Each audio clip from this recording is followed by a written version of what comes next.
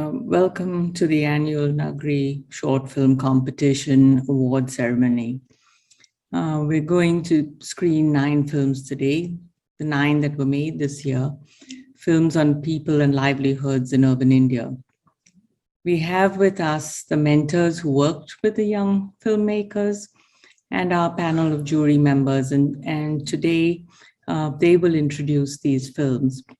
And after the screening, we will announce the prize-winning films and present the awards. So let's begin. As many of you might know, Charles Correa loved films, watching them, analyzing them, and throughout his career as an architect, he made several films about his buildings and about the city. Knowing this, Anuj Bhagwati approached us a couple of years ago, asking if we would like to make films on urban issues as a way to educate the public. He rightly thought it was necessary that the public needs to understand the urban context and what, as a society, we should do to bring about the necessary changes to improve our cities. After much discussion, the Nagari competition process was developed. So very briefly, I'm going to tell you what this process is and why it is important. Nagari is designed to guide and develop films that focus on urban issues specific to Indian cities. And it is this reason that we named it Nagari, as Nagari means urban. We wanted it to be a bioscope for the city. And through this lens, we explore diverse urban conditions and engage with issues. As a process, it is unique, as it has been conceptualized as a guided process with a panel of mentors on board to help the participants as they journey to create a film. These films can be made by using different medium. They can have fictional or non-fictional narratives. They can be live action, animated, or any combination. We encourage the filmmaking teams to be multidisciplinary with filmmakers, architects, planners, and social scientists coming together to become storytellers who make short thematic films about the urban environment. I feel that the films are successful for the most part because it is through the story, the narrative, that we have insight into the urban issue. This year, Nagari 2021, we received close to 70 outlines. And then after interviewing the applicants and reviewing the potential of the ideas, we selected 10 films that would then be mentored and financed to be made into a 7-minute short story. So what we're going to screen today are the films that have benefited from this process of mentorship, workshops, and constructive criticism. This year, Nagari addressed the subject of people and livelihoods in Indian cities. It attempted not only to use film as a medium to narrate the issues, but really to expand an understanding of the subject and extend its representation and relevance in India. We focused in the brief on a line from the unanimous judgment of the Supreme Court of India in Olga Tellis versus the Bombay Municipal Corporation in 1985, where the judgment read, an equally important facet of the right to life is the right to livelihood, because no person can live without the means of livelihood. Instrumental in developing Nagari has been Anuj Bhagwati and Archana Namichandra of the A.T. Chandra Foundation, who have supported and encouraged us. And with them, Deepa Vandarajan and Pallavi Patil of Pramati for their guidance. As also Sanjeev Shah, who has been our advisor and been the real guidance in the formulating of Nagari. Sanjeev, along with the other mentors, Veena Paul, Avit Kishore, Rajula Shah, and Arjun Gausaria all come from a background of documentary filmmaking, having won several national awards and receiving recognition for exemplary work in cinematography. This 5-person team has really put in a huge amount of work guiding the filmmakers and shaping the 9 films that we watch today. We also scheduled workshops for better understanding human rights issues that need to be addressed in dealing with livelihoods. And for that, we invited Siddhartha Souza, founder of Justice Agda, to conduct them. After the films were made and uploaded for public screening on YouTube, we invited the jury to select the award winners. The jury of 5 that we invited was quite diverse. It was chaired by Marty Chen, who brought her expertise and scholarship on the informal sector, specifically on women in informal employment. Ranjit Hoskote, a leading Indian poet and a seminal contributor to Indian art criticism and curatorial practice. And Justice Gautam Patel, a sitting judge of the High Court of Bombay, provided valuable insights, as well as 2 established documentary filmmakers, Deepa Dhanraj, whose work over the last 40 years has engaged with questions related to women's status, political participation, and resistance. And Michael Sheridan, a filmmaker and educator who has produced documentaries and experimental films for local, national, and international humanitarian and cultural organizations. The 5 of them made up the jury. We will now screen the films and request the mentors and members of the jury to give brief introductions to each of the films. Sanjeev Shah will begin introducing the first film. Over to you, Sanjeev. So, as Nandita just mentioned, Nagari means city. The way we see it, cities are not merely buildings or skylines or roads and infrastructure, but they are actually the people who live them and make them what they are. Now, over the years, this idea seems to have been lost in the imaginations of cities, in the public discourse at least. The physical aspect of cities has now become a dominant and key concern of city planning, ignoring the fact that people who live in the cities make them what they are. So rigid grids and plotting is imposed on very organic human behavior and endeavors. Exclusion rather than inclusion has become the code which informs most policy making about the way we live now. The Nagri competition looks to offer an insight into how this manner of planning modern cities impacts the lives of people who live in them. There are stories about people struggling to make a living in cities that increasingly deny them the means to do it. And in doing so, they are also denied the constitutional right to shelter and livelihood, which are the 2 basic needs for life itself.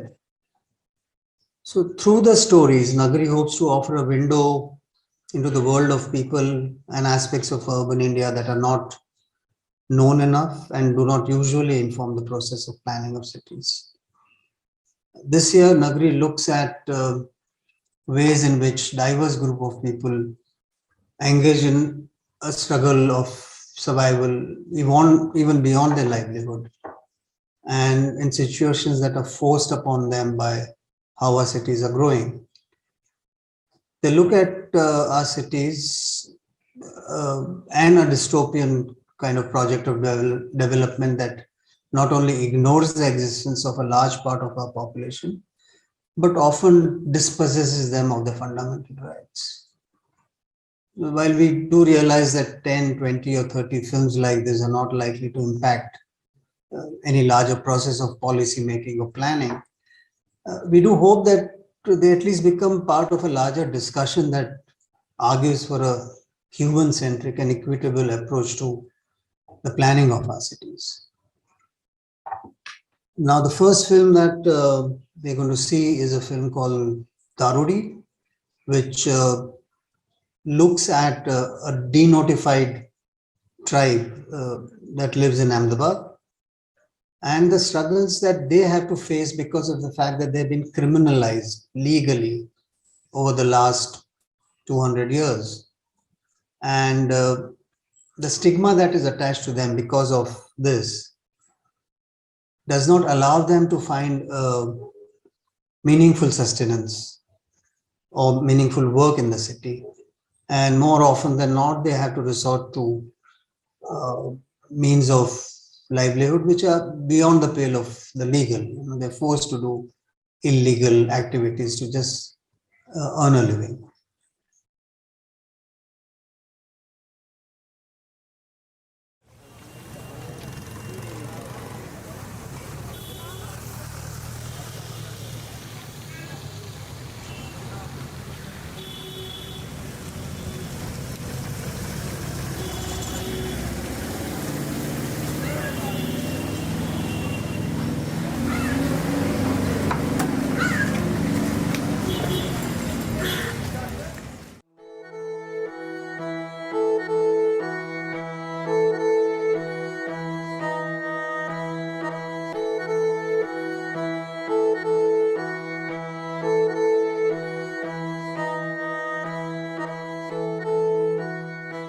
छारानगर एक ऐसी जगह है जो अहमदाबाद में normally इस जगह को बहुत नेगेटिवली देखा जाता है और लोग इसको यूँ मानते हैं कि इतना चोर उचक्के या क्रिमिनल्स लोग रहते हैं जो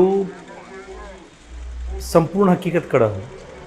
हमें लोगों को इस समाजा के बारे का माही इस खास करके जगह के बारे का माही बहुत सालों से एक स्टिग्मा चाली रहा। क्रिमिनल ट्राइब्स क्रिमिनल लोग रहते हैं, अनसिविलाइज लोग रहते हैं, सिविक फैसिलिटीज़ कड़ा है, इस तरीके की लोगों की मान्यता है। डेफिनेटली कुछ हद तक भी सही भी है और कुछ हद तक भी गलत भी है।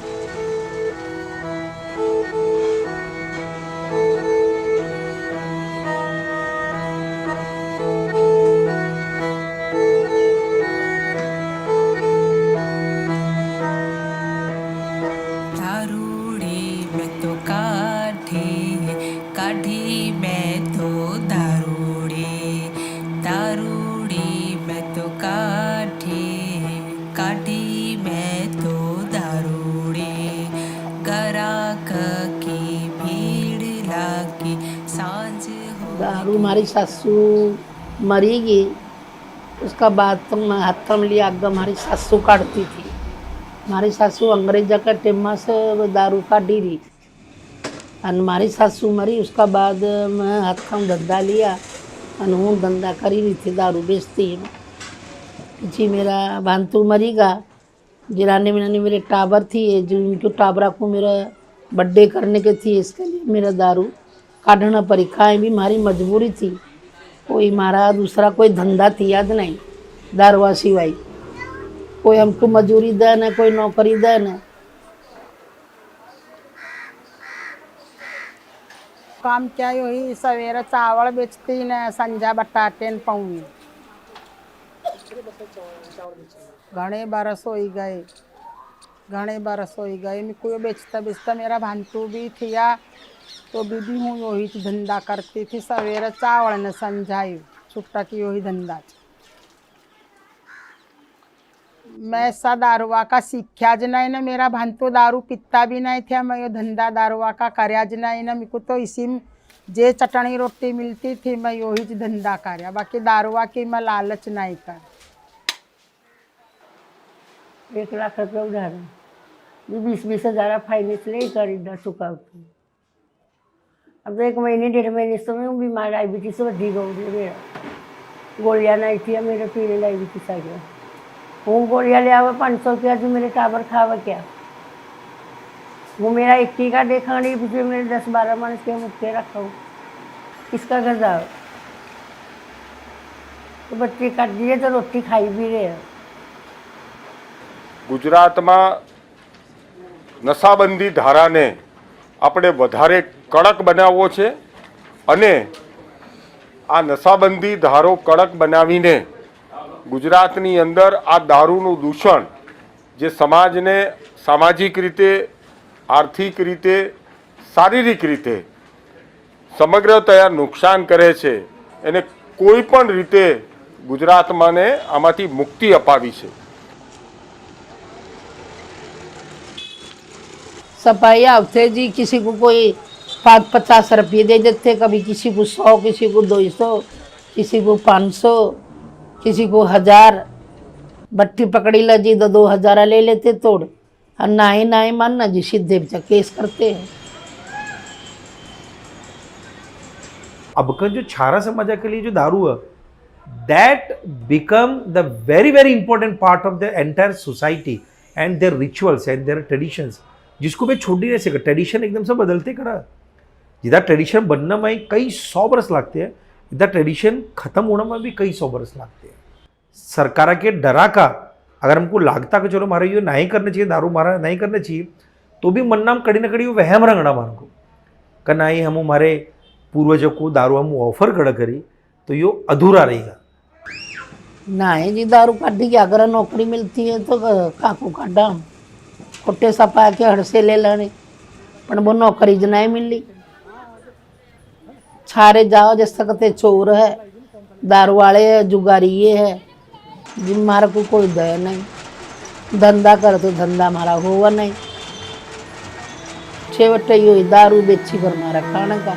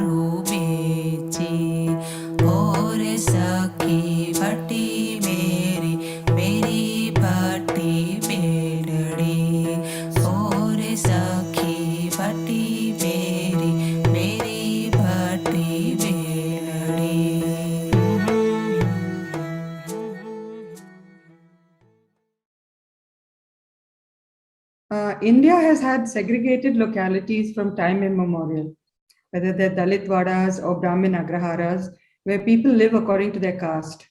These areas are policed by custom and transgression is punished often brutally. In the film Darudi, Charanagar in Ahmedabad is one such ancient settlement of, in quotes, criminal tribes. In cities like Bombay, however, Muslim areas like Govandi expand after every communal riot, as riot-affected victims move from mixed neighborhood where they no longer feel secure into these areas. And if you look at Govandi, it happens in both ways. One is that earlier, even if it was a mixed neighborhood, people move out and the other community moves in. Both traditional segregated areas for Dalit and tribal communities and the more modern minority ghettos are settlements based basically on discrimination. And state actors like the police, as well as upper caste and Hindu majoritarian forces, enforce these boundaries firmly. You are supposed to know your place. In both films, Darudi and Ye Waqt Hamara Hai, people speak with very clear-eyed self-awareness of the stigma attached to the localities and their persons. As the young man from Govandi says in the film, our area is blacklisted and we are blacklisted. The negotiations between the security of living with one's own community and the limited livelihood options that are available, especially for women, are very poignantly brought out in both films. Especially in Darudi, the customary occupation of brewing liquor that can only continue in a system of bribes and harassment. However, the stories of the younger women and men who want to cross the boundary of the ghetto, despite the challenges, are very moving. For example, the young woman who wants to do her PhD and the young man who wants to be a break dancer, despite his understanding that it could be haram in Islam. And now we can watch Ye Waqt Hamara Hai.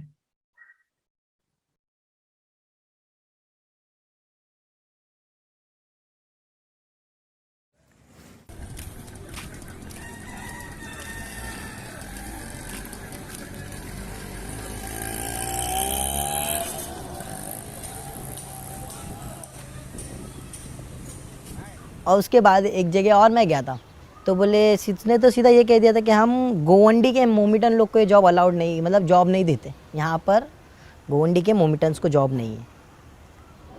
Govandi बोले तो black listed area और black listed लोग। तो हम लोग को शर्म भी आती है कभी गोवंडी माड़ा बोलने के लिए, रिक्शे वाला नहीं आता इधर, उसको आज तक नहीं पता है कि मैं गोवंडी से आती थी।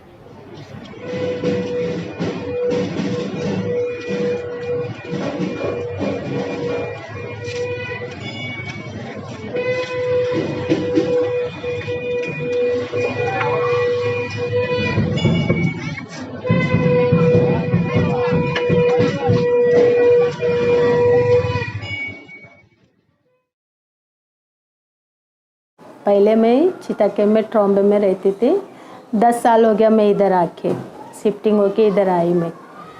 कोई भी नहीं था, चारों गेट का ताला मैं मार के चाबी मेरे पास, आदमी काम पे, सब डरते थे कैसा अकेली औरत रहती बोले। फिर बच्चे स्कूल चले जाते, जाके महिला मिलन में बैठ जाती। तो फिर एक दिन उन लोग का ऐसी आइडिया आ गया, क्यों भाभी तुम ये नाश्ता ही क्यों नहीं, तुम दुकान ही क्यों लगा लेते तो सही रहेगा तुम्हारे लिए। मैं बोली आपा मेरे पास मशीन वगैरह कुछ नहीं है। तो ठीक है लेकिन लोन डाल के ले लेंगे, लोन देते ना महिला मिलन में। फिर दुकान चालू कर दी मैं। शुरुआत में 1-1.5 किलो डाली, 1.5 किलो में भी मेरे को 50-60 रुपया मिल गया। तो दूसरे दिन 1.5 किलो के जगह 2 किलो डालने लगी। 2 किलो करते करते करते माशाल्लाह भी 10 किलो तक मेरा आटा चले जाता। अभी इतने गिराक जमा हो गए, लेकिन मेरे पास सही में बोलूँ ना कुछ भी नहीं था। घर पे सबको मालूम है, इधर आके मैं अपने मेहनत से आगे बढ़ी।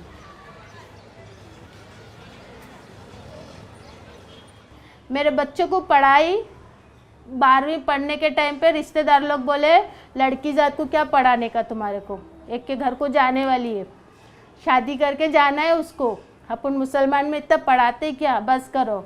मैं बोली नहीं, मेरी बेटी पढ़ने में अव्वल है।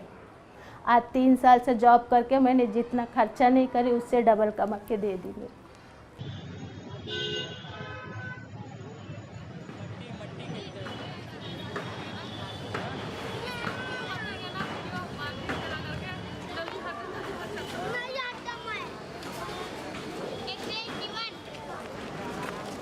जितने भी हम भाई बहन थे हमने सब ने उर्दू मीडियम से पढ़ाई की, और मेरे भाई बहन म्यूनसिपैलिटी से हम लोग पढ़े थे।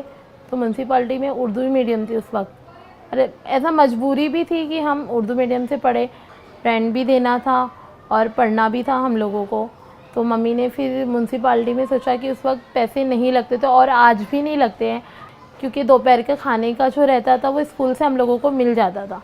शाम का मम्मी सिलाई करके निकाल लेते थे।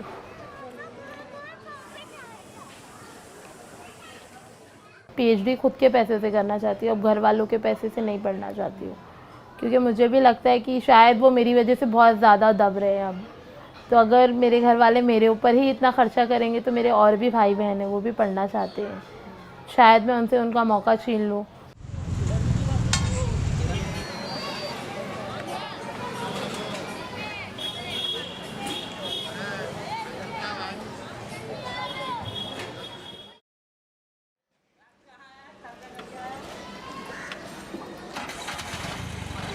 पूमा का एक आउटलेट था वाशी में, मॉल में। जब मैं गया और उससे बात की कि मतलब सर मेरे को जॉब चाहिए था, तो मैंने उसको बताया कि उसकी ग्रिप्स और जो उसके अंदर कपड़ा यूज़ होता है, जैसे स्वेद का हो गया, उसको मैंने बताया था। तो फिर उसने फाइनली मुझसे पूछा कि ठीक है तुम कहाँ रहते हो, तो उसने मुझे बोला मैं बोला गोंडी। तो उसका एक्सप्रेशन एकदम ऐसा हो गया कि वो मेरे से इतना अच्छे से बात कर रहा था और एक वक्त को ऐसा लग गया कि मैंने उसकी पूरी इजाज़त छीन लिया।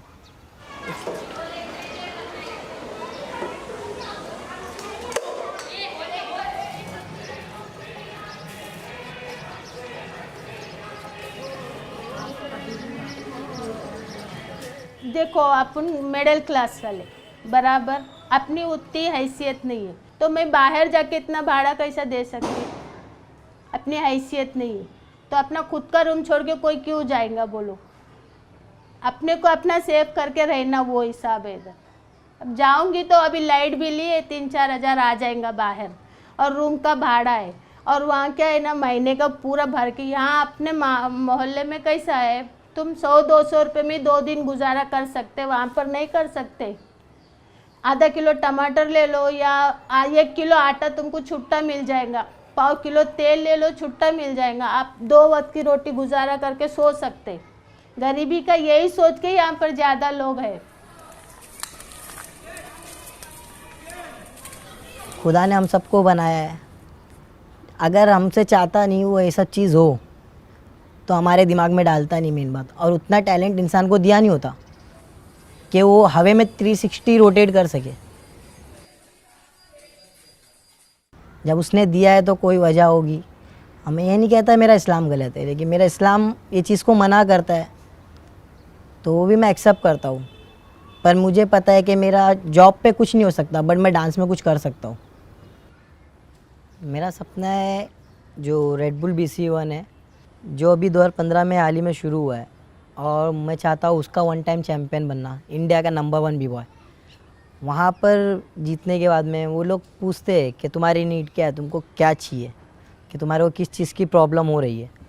तो मैं उनसे डायरेक्ट यही कहूँगा कि मतलब मुझे एक हॉल चाहिए, और ना कि मेरे लिए। मैं चाहता हूँ जो गोवंडी में और भी B-बॉयज़ है, जो अभी ब्रेकिंग गोवंडी में फैल चुका है और अच्छे खासे B-बॉयज़ यहाँ पे भी हो गए, तो मैं चाहूँगा कि वो भी वो हॉल पे आके प्रैक्टिस करें।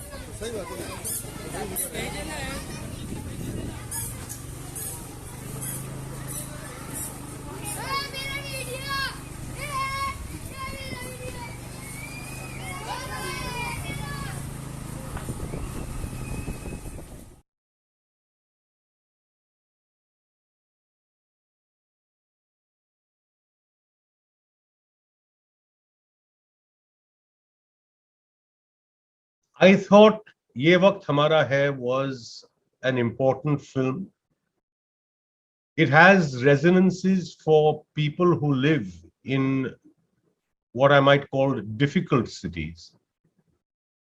Bombay is one of these, and every part of it is really difficult.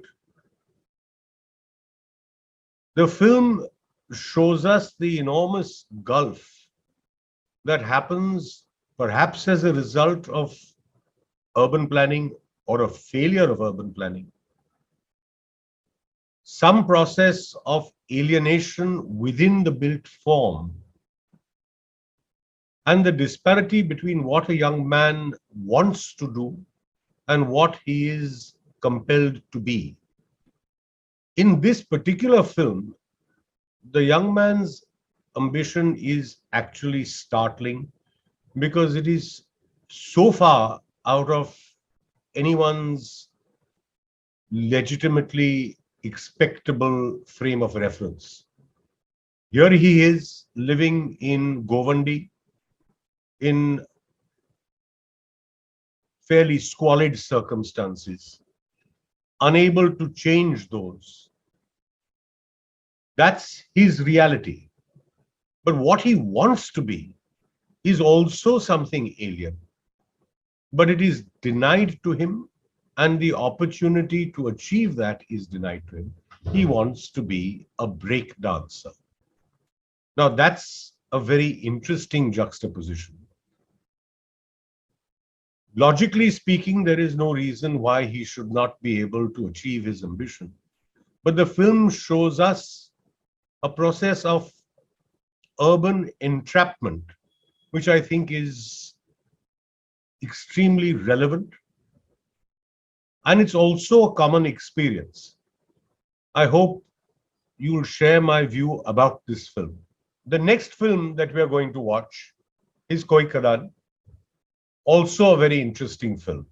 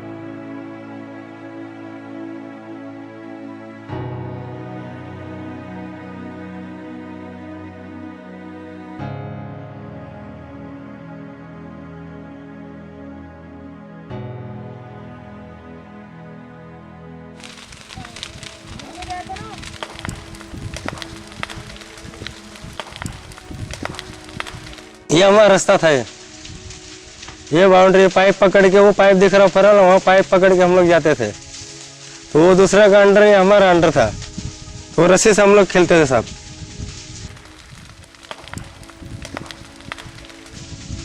35 kilo का जख्म मेरे से हाथ में लेने का, एक पैर ऐसा लगाने का, उसके साथ में हम लोग काम करते थे।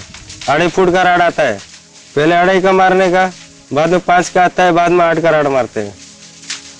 वो बाद में हम लोग बिलास भरने का, हमारे केप कांडी का डालने का मटेरियल हम लोग डाल के बिलास उड़ा के शाम को 5 बजे 5:30 बजे हम उतर जाते थे। ये लाइन से अपना इधर से आ जाने का अपना घर पे।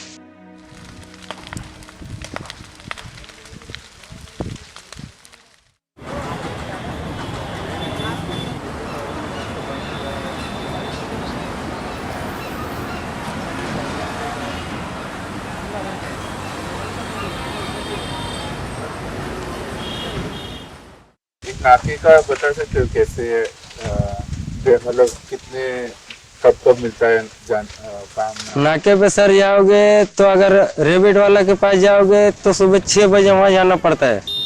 सुबह 6 बजे का 7 बजे तक रेबिट वाला जो डंपर है सर, बिल्डिंग टूटता है ना, वैसा वो गाड़ी वाला भरने को वाला लेबर लोग मांगता है। वो काम में हमको 600 रुपये गाड़ी के पीछे मिलता है। 3 जना रहता है तो उसमें हमको 3 फेरा मारना पड़ता है, नहीं तो कभी कभी 4 मिल गया तो 600 रुपये एक गाड़ी के पीछे हमको मिलता है भरने के लिए। कभी मिला कभी नहीं मिला। दूसरा कोई गटर खोदने वाला ऐसा कि बाथरूम का आजू बाजू का गटर खोदना है, किसका पाइपलाइन लीकेज हो गया उसको खोदना है, वो काम के लिए 600 रुपया 400 रुपया 300 रुपया हाजिरी देता है। मग आम्ही काय बोलता, आमचं बी काय पोटपाळीची सोयी बघा ना तुम्ही आता। आम्ही काय उपाशीच बसायचं? आता हाय ते करणार, नाही हाय ते बी उपाशी बसणार, तर कसं काय जमणार आमचे? आमचं बी पोट सरकारला का झोपलं? सरकारला माहीत असेल ना आता किती माणसं घरी राहिलं, किती माणसं काम करायला लागलं, किती माणसं उपाशी राहिलं, कोणाला काम भेटते कोणाला काम भेटते। आता 100 माणसामध्ये 10 माणसं 20 माणसाला भेटते, बाकीच्या माणसं घरी जातात ना घरी। मजबूरी में क्या है साहब, मिल गया काम तो चलो भाई चलेंगे, क्या करें, घर पे जा क्या करेंगे। वही 300 रुपये मिला तो उतना मतलब घर चलाएंगे, 100 रुपये खर्चा हो जाएगा, 200 रुपये तो मिलेगा ना।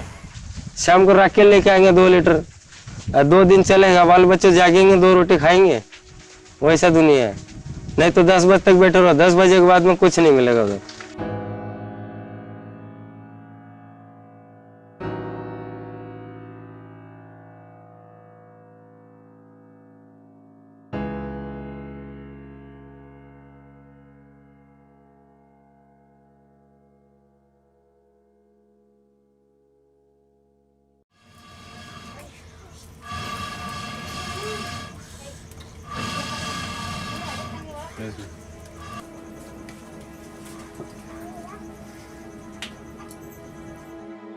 वाइफ जाता है, अभी कांधे में जाता है और कांदा कंपनी में जाता है कांदा बिंदा के लिए, तो 300 रुपये रोज से जा रहा है। मेरे को बोलता है कि इधर अच्छा काम मिले तो करो, नहीं तो घर में बैठो। मैं है कमा रहा हूँ 300 रुपये रोज, ला ही रही हूँ किधर कांदा कंपनी से।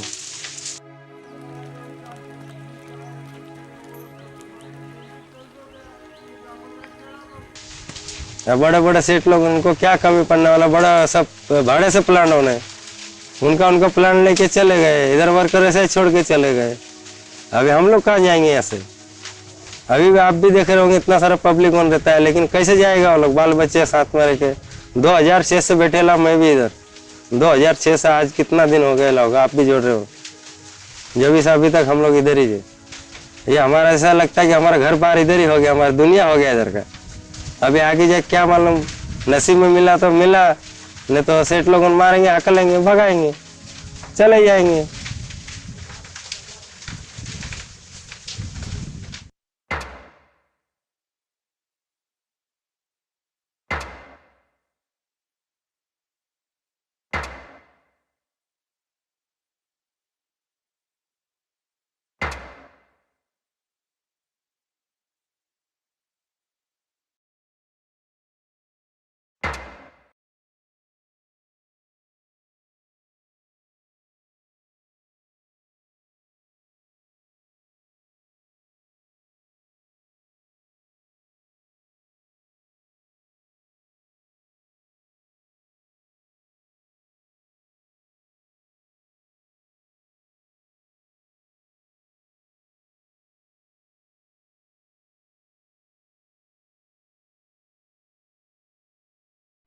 Koi Karan, or the Lost Quarries of Navi Mumbai, was developed by a group of young architects, architecture graduates, and in collaboration with a filmmaker from Video Volunteers.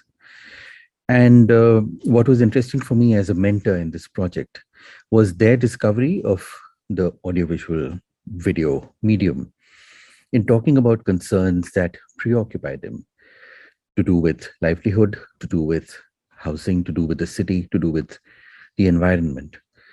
And all of these coming together in the story of these quarries or these mines on the periphery of New Bombay, which are shut down because of environmental concerns.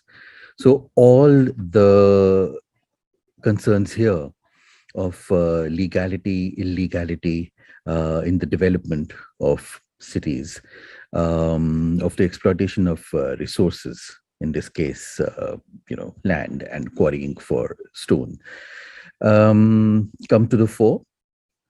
And the entire backstory of the mines actually moving elsewhere, because this area has come under litigation, and what really happens to the workforce here becomes a compelling livelihood story to follow, where they are left here pretty much, to guard the space as long as the place is under litigation.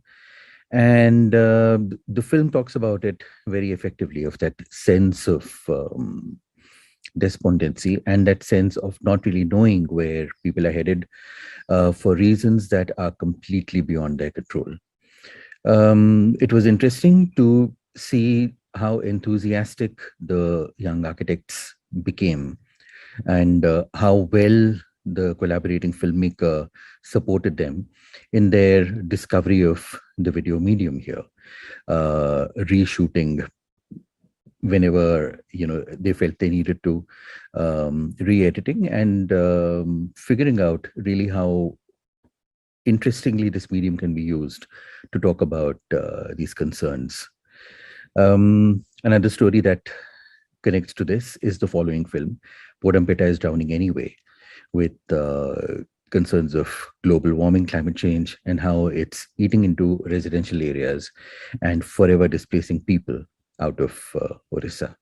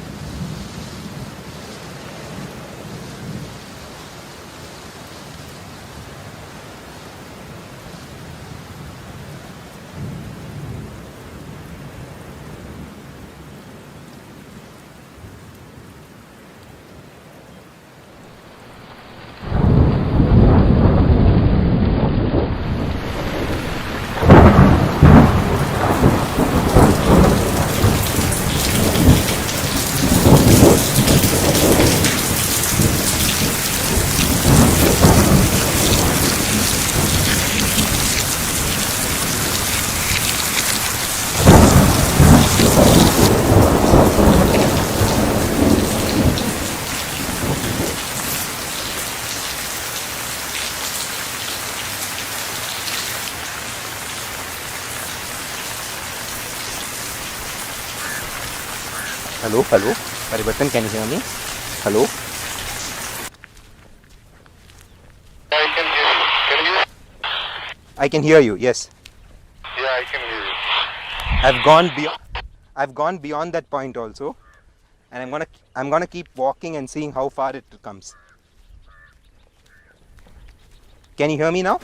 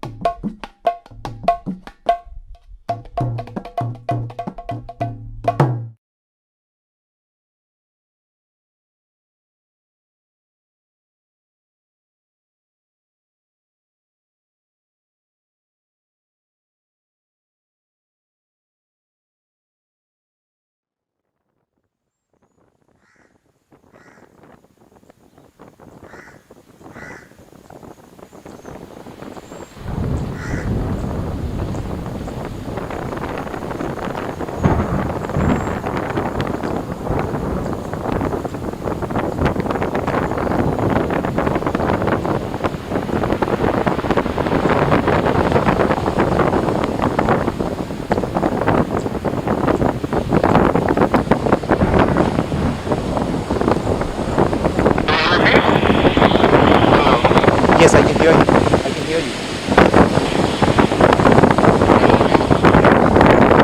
Hello, I can hear you.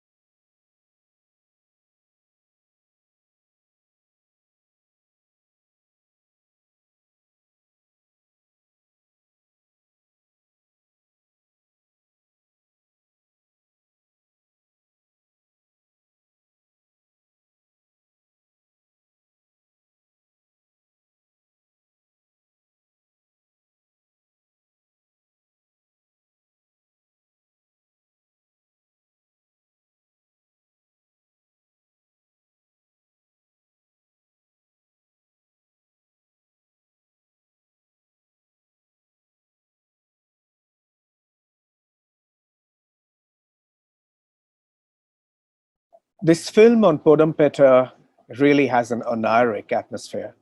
It suggests a condition of catastrophe, a looming sense of doom, without really bringing us face to face with graphic visuals of displacement.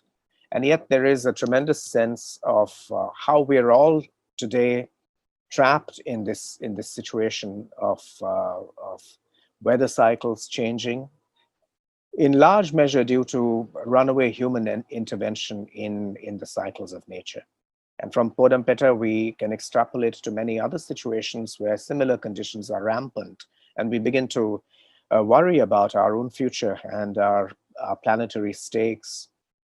And we segue from that pensive atmosphere to the golden fish, where again a narrative of exploitation, of marginalization, the interplay between the aspirations of individuals and the greed of systems really is dramatized again through the evocation of atmosphere. The golden fish takes us into what seems at first to be the world of fable and parable. We think we are about to enter the Arabian Nights, but what we enter really is a narrative about capitalism gone hopelessly wrong, and a locale that is being subjected to the most dreadful conditions of destruction and despoliation. And the golden fish leaves us with this thought again of what really is the local, who belongs, those who are displaced, where do they belong? How do they craft a place for themselves? What is the responsibility of the state to make them feel at home, even if they're thousands of miles away from where they were born and raised? What is the responsibility of the state to accommodate its citizens? These are the kinds of questions that many of the films that came up in competition this year, these films raise these questions. They really raise our consciousness as citizens and as participants in the democratic process.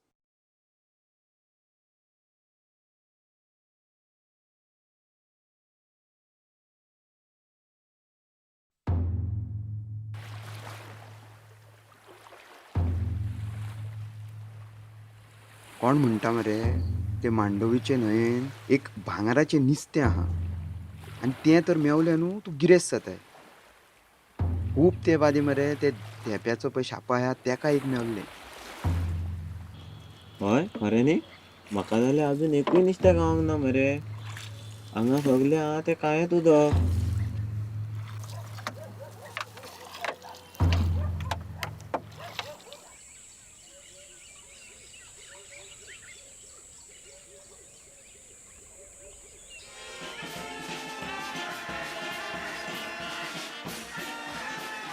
क्या गोवा में beaches है, chilled life है, और यहाँ पे ना 500 साल तक पुर्तगीज रूल था, तो काफ़ी पुर्तगीज टाइम की बिल्डिंग्स भी हैं. तो ये सब आपको ना इंडिया में बाकी जगह देखने को नहीं मिलेगा. तो ये काफ़ी अलग है, इसलिए यहाँ पे आते हैं tourist. Yes, casinos are there. They are fine, meaning people have learned to live with it now. So lower Pormone tani offshore aspache. Offshore म्हणल्यार certain nautical miles away from the coast. That is like out in the Arabian Sea. पूण ताका पळयले आता they are like almost 100 or 200 meters away from the banks of the river. Hi, Namaste. I'm Nisha. I'm from Sikkim. I'm working with Asian for the past 4 years. At first, my parents were worried that I'm moving to Goa, but now there is no problem. They are very happy. हे तुमची शिफ्टी असता 8 वरांची शिफ्टी असता. सकाळी 7 ते चालू होता shift त्यांची. Last shift रातची 3 असता. जनरली जाता की चडशे मॅनेजर बी आहा पळय ते भायले थोडेशे आहा.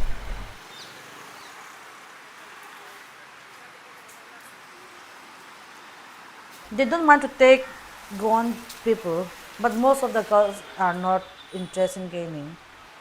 Wherever people saw me, I feel like they treat me like foreigner, Japanese, Korean, something like that.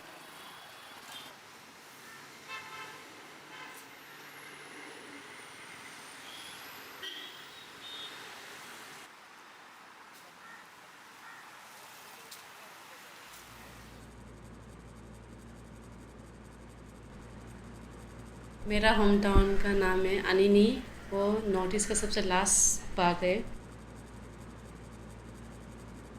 College नहीं गई, मौका नहीं मिला मुझे कॉलेज जाने का. ओनली क्लास 12 उसके बाद बाहर आई. अभी लाइक बाहर के लोग भी नॉर्थ ईस्ट के बारे में जानने लगे हैं कि नॉर्थ ईस्ट कहाँ है, अरुणाचल कहाँ है।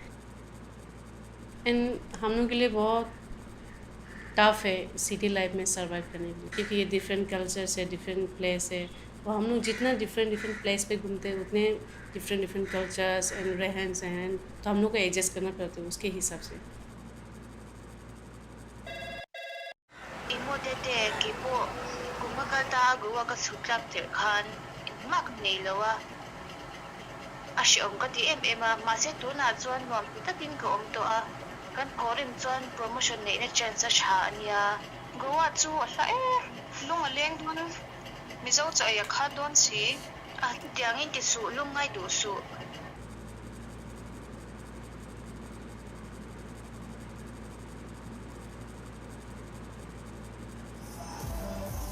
लोग फ्लाइट से आते हैं सीधा एयरपोर्ट से कैसीनो दिन भर रात भर खेल के ना नेक्स्ट फ्लाइट से वापस Delhi, Mumbai, Gujarat, Bangalore.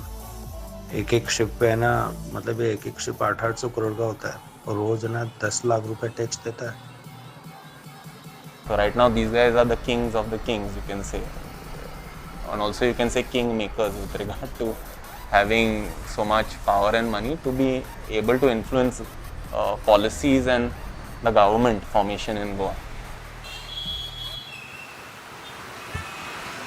The thing is, we don't speak so much good in Hindi. People are abused so much, right? When they play, sometimes they talk nonsense. It's not allowed to abuse, but when people lost like 50 lakh in 5 minutes, we can't help it, right? When it comes Diwali, Ganpati, this, everyone want to take holiday. We don't need it, we don't ask for it. Christmas, they don't give, we're still happy. We are not with family, there is no point of celebrating now.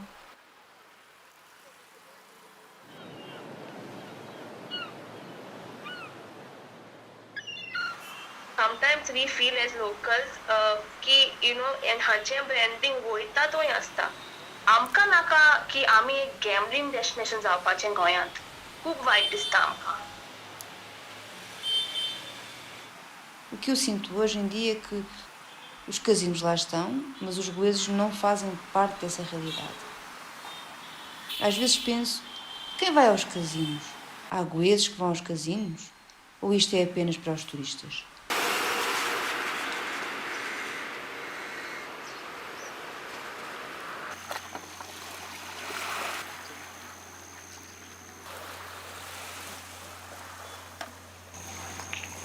त्या कॅसिनोच्या गुरक्यान आजूय आमकां धांवडले.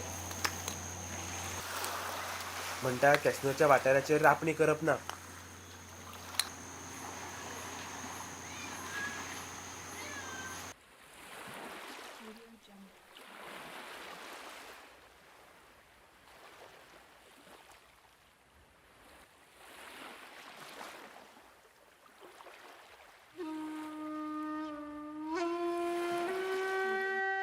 तर खी गेले ते भांगराचे नुस्तें आतां.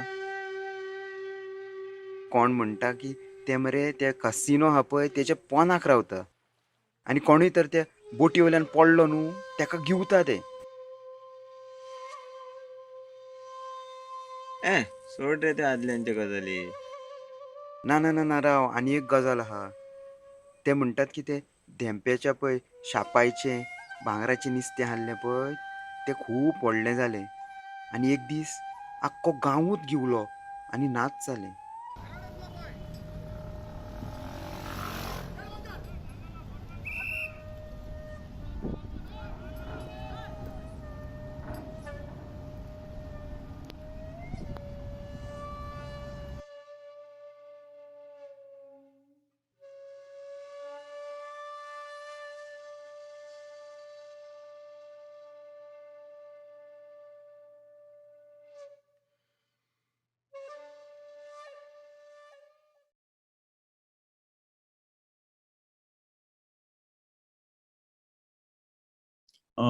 In a way, I was glad that the Golden Fish team was assigned to me as a group for mentoring, because for one reason or the other, I've had a very intimate link with the casino industry globally, but specifically in Goa, because I lived there for 7 years. And in fact, I was on the first inaugural cruise night, the day the first ship sailed from the banks of the Mandovi and went out into the ocean and to let people gamble. The thing that a couple of things that one needs to understand is that when the first casino ship sailed from Mandovi, it was still it was a family affair kind of thing, in the sense that we would get onto the ship at 6 in the evening. It would be a dinner cruise kind of thing, sunset cruise. The ship would go out into the ocean. Once it was beyond the river and couldn't pollute the Mandovi, there the gambling room would be opened, people would gamble, and then the gambling would stop and the ship would come back into the river and bank, and people would go home or wherever at 12 midnight. So it was still very much a family affair, not the kind of 24/7 hardcore gambling thing it's become now. And the other thing one needs to remember is that back then too, a lot of the staff, there were actually foreigners. There were people from Turkey, there were people from Russia. It's now the same, it's trying to give that foreign feel that the people from the Northeast have been brought in. So one of the questions which we were trying to deal with in the film definitely is this question of identity. What is the Goan identity and how it's being changed, challenged, redefined, especially in Panjim as a result of the casinos, and to what extent urban planning and architecture needs to take these issues into account, and how the livelihoods and lives of local people change. One of the things we were very concerned about while doing the film is to veer away consciously from any moral attitude towards the casino industry. Because if we did that, we realized more and more that the moral issue about casino industries is so sharp in people's minds, in a lot of people's minds, that if that even came in as a hint within the film, then the key issue that we were trying to deal with, which is the changing ethos of Panjim and therefore Goa, that would get lost. And we wanted to stick very much within that for our film. In other ways in which one has used, I have personally used film for advocacy, or I would say even activism. For instance, we made a lot of films just before the West Bengal elections this year. Just to highlight issues that people are vaguely aware of. So even in that, it was important for us to stick to what was the key issue. And films do help. I can speak from personal experience. The West Bengal elections, and it's on record that the West Bengal election results wouldn't have been what they have been if it wasn't for at least partly because of the work we did. And how films can be used beyond simply advocacy or activism, and how they can actually become consciously a part of the whole dwelling on issues related to urban planning and architecture. The next film, Partnership Below Par, addresses the crucial issue of the role that large technology-based companies play in delivery services. Companies like Swiggy, Zomato, Uber, and Ola work with tens of thousands of gig workers to deliver meals as well as people. It's important to acknowledge that these companies have given thousands of Indians employments in the middle of one of the worst recessions we have faced in recent history. But at the same time, these companies treat gig workers as delivery partners, not as employees. This legally absolves the companies of several traditional employer-employee commitments, including paying for insurance, provident funds, and other liabilities. As some of you may know, just a week ago, the Supreme Court of India agreed to hear the plea of gig workers for social security benefits. These issues are really topical, so let's watch the film.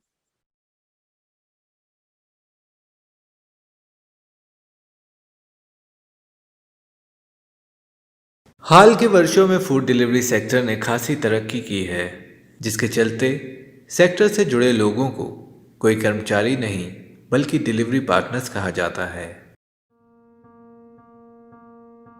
2020 जब सारा विश्व lockdown के संकट से जूझ रहा था और हम सभी अपने अपने घरों में बंद थे, उस वक्त जिस सर्विस ने हम सभी की बहुत मदद की वो थी फूड डिलीवरी सर्विस। ऑरेंज और रेड टी शर्ट्स पहने इन लोगों ने शहर के कोने कोने तक जाकर लोगों को खाना पहुंचाया। मेरा नाम अजय, मेरे को 3 महीने हो गए ज्वाइनिंग हुए। मैं हूँ अकेला, मम्मी पापा हैं और 4 बहनें हैं मेरी, और 2 बहनों की शादी हो गई है, 2 बहनें मेरी छोटी हैं। पापा गाड़ी की ड्यूटी करते हैं, मम्मी कोठी में झाड़ू पोछा करती हैं। मेरे दोस्त पहले करता था जोमेटो में, तो उसने मुझे बताया कि भाई जोमेटो में कर ले। मैं गया, फिर मेरे दोस्त ने ज्वाइनिंग के लिए 2000 लगते हैं, तो उसने मुझे आधे रुपए दिए, फिर मैंने आधे दिए। जोमेटो इसलिए ज्वाइन किया क्योंकि घर में प्रॉब्लम चल रही थी, मम्मी पापा काम बंद था कोरोना के चक्कर में, स्कूल भी मेरा बंद था, तो घर पे ही बैठा था मैं।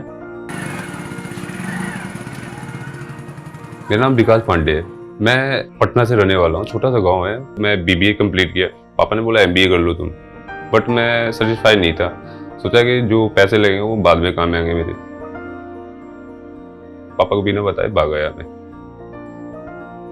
दिल्ली से गुड़गांव किसी दोस्त की मदद से आया, क्योंकि ऑप्शन नहीं थे जॉब के ज्यादा से ज्यादा थे। 31 मार्च से लेकर अगले 6 महीनों के अंदर दिल्ली की गिग अर्थव्यवस्था में 5.5 लाख नए लोग जुड़े। यह आंकड़ा 2019 की पहली छमाही में जुड़े लगभग 3 लाख लोगों से 88% ज्यादा था।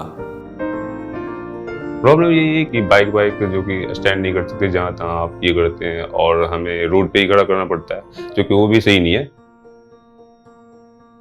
यूलो के बारे में पता लगा कि लोग कुछ चला रहे थे, तो मैंने पूछा कि यार खरीद सकते हैं, तो बोला नहीं है। उन लोगों ने बोला कि भाड़े पे मिलते हैं। तो मैंने यूलो पता करा, तो मंथली जैसे रिचार्ज करते हैं आप मोबाइल, तो मैंने 2 महीने का कर लेता हूँ एक बार। लड़का हूँ, कितना बना आता नहीं बनाना, तो बाहर ही खाते हैं। कभी कभी छोटा मोटा अंडा वंडा उबाल के खा लिया, वो अलग बात है। और कोई कोई मतलब अच्छे बढ़िया से बोल देता है, कोई रुपए ज्यादा दे देता है, तो दोस्तों में बताता हूँ, आगे बड़ा खुश होता हूँ। हाँ भाई देख, आज मुझे इस भाई ने इतनी टिप दी है। मैं उसका पूरा एड्रेस बता देता हूँ, इस भाई ने मुझे इतने रुपए दिए। पिछले 1 साल में इन लोगों ने हम सभी की जिंदगी में एक खास जगह बनाई है, पर क्या इससे इनकी जिंदगी में भी कुछ फर्क आया है? ना बैठने का है, कहीं कहीं भी लगा के खड़े हो जाओ, कहीं भी मतलब कोई पार्क में चले जाओ या कोई बस स्टैंड पे, कहीं भी मतलब कस्टमर कह रहा है मेरे को ऑर्डर नहीं चाहिए, तो हम कैंसिल करेंगे तो हमारी पेनल्टी लग जाती है। कभी कभी रेस्टोरेंट वाले भी खाना बहुत लेट देते हैं, उसके लिए क्या रेटिंग गिरा सकते हैं उनके सिर्फ हम। 20 रुपए पर डिलीवरी मिलते हैं एक किलोमीटर के, और उसके हिसाब से जैसे आगे बढ़ जाता है उसके हिसाब से पैसे मिलते हैं। अगर 4-5 किलोमीटर का है तो 6 रुपए पर किलोमीटर के हिसाब से पैसे मिलते हैं। काम तो इसमें 700-800 का हो जाता है। कभी कंपनी जैसे 400 का काम करने के बाद कंपनी 175 दे देती है। सबसे ज्यादा जो कि जोमेटो वालों को बरसात में ही दिक्कत होती है, और हर जगह कच्ची सड़क भी है, क्योंकि ऐसी ऐसी लाइनें हैं कि कच्ची सड़क है, स्लिप होने का डर होता है। कई एक ऐसे कस्टमर होते हैं पानी आने की पूछ लेते, कई एक ऐसे कस्टमर होते हैं गेट पे ही रखवा लेते हैं ऑर्डर अपना।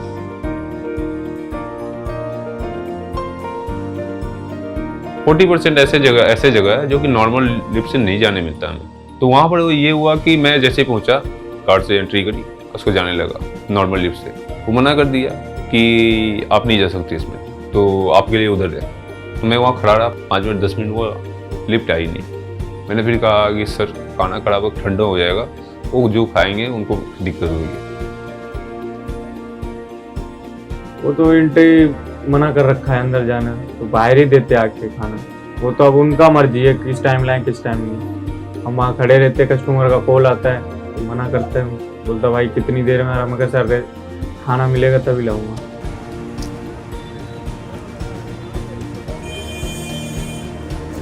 मेरा नाम MD साबिर रजा है। मैं मुजफ्फरपुर बिहार से हूँ। मैं जोमेटो में 2 साल से काम कर रहा हूँ। मैं इसमें पार्ट टाइम करता हूँ एक्स्ट्रा इनकम के लिए। मेरे को किसी ने बताया कि इसमें काम में पार्ट टाइम और फुल टाइम दोनों होते हैं। इससे हमारी कुछ इनकम एक्स्ट्रा हो जाती है और हमारे खर्चे भी सही सही चल जाते हैं। तो इसमें करने से मुझे थोड़ी बहुत परेशानी दिक्कत भी हो जाती है, क्योंकि मैं साइकिल से करता हूँ। साइकिल से करने पे थोड़ा सा एनर्जी ज़्यादा लगता है, मेहनत होती है। और नाइट में ये होता है कि अगर साइकिल से चला रहे हैं तो हमारे पास लाइट्स नहीं है। बाइक अगर आगे से आ रहे हैं तो उसकी लाइट्स का इशू होता है। बारिश के मौसम में ये होते हैं कि गड्ढे उड्ढे होते हैं, उसमें दिक्कत होती है। पार्ट टाइम ऑर्डर करता हूँ। इसमें पार्ट टाइम ऑर्डर करने के प्रतिदिन मेरा 300-400 रुपये बन जाते हैं। ये ऑर्डर आने के ऊपर, अगर ऑर्डर बढ़िया है तो 500 रुपये भी हो जाते हैं, ऑर्डर कम आए तो 300 रुपये आ जाते हैं। 300 रुपये काफ़ी है पार्ट टाइम के लिए। लड़की इस लाइन में सही नहीं होती, क्योंकि ऑर्डर देने जाता है, कहाँ देना पड़ेगा। ये जगह गुड़गांव इतना सेफ भी नहीं है कि लड़कियों के लिए। ये ऐसा ऐसा गली है, ऐसे ऐसे मोहल्ला है, क्योंकि ठीक नहीं है। लड़कों को ठीक नहीं है तो लड़कियां क्या करें। क्या ये सही मायनों में एक पार्टनरशिप है? स्विगी पार्टनर है, उसमें मानते हैं। हमारे हिसाब से तो सर देखना चाहिए, तो उसमें पार्टनर क्या मानना है। पार्टनरशिप कुछ नहीं है, बस हम ऑर्डर देते हैं, उसी के बस दे आते हैं।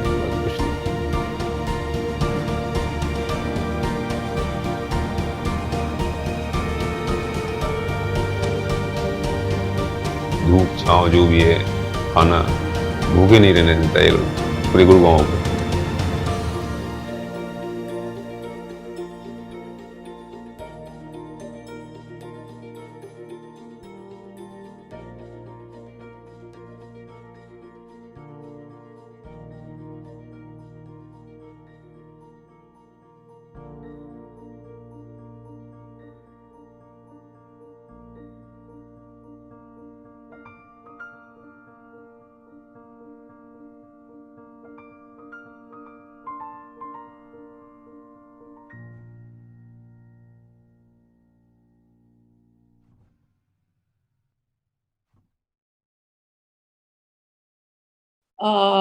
When we received the projects for the new Nagri call on livelihood, the film on the food delivery was really particularly interesting for us, because it sort of highlighted 2 or 3 aspects that seemed very important for the brief and the idea that we were making the films. One, it definitely touched upon the landscape of the city and how these delivery boys, work within the sort of landscape of a city. Number 2, the whole post-COVID or the COVID experience and what, the invisible support systems we had. And 3, I certainly think that it was a young team. We part of the brief of the Nagri films is to incite new thought in younger filmmakers, to look at new ideas for their films about things that were much more connected to let's say the social situation in our country today. So in that sense, it was really interesting, and all 3 have played out, and it was very interesting because when we watched the interviews with the filmmakers, we watched the interviews a number of times to see the kind of almost exploitation in the name of partnership is what stood out for us. It is certainly an unequal partnership. It is not a partnership in any sense. But it does provide a livelihood.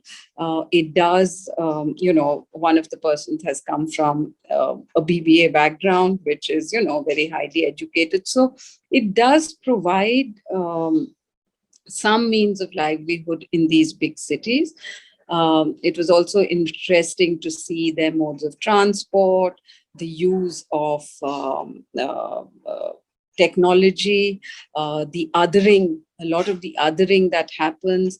So on the whole, I think this film fitted in very well with the Nagri brief of the city and livelihood. The other film that I was very interested and worked with was the Taylormade City, which is again about people finding niches of livelihood in a city. These are tailors who do alterations, which is it's almost like, they are recyclers in a sense, because they'll repair your old pants and they'll do that kind of thing. And for them, this livelihood is at the fringes of the city because they're constantly being moved around. So we are seeing that film next. I'm sure you all would be very interested to see how Taylormade City, which is about the example of three groups of tailors working in the city in the area of alteration, recycling. So let's watch that film now. It's also a very interesting film. And thank you, Nagari, for this opportunity.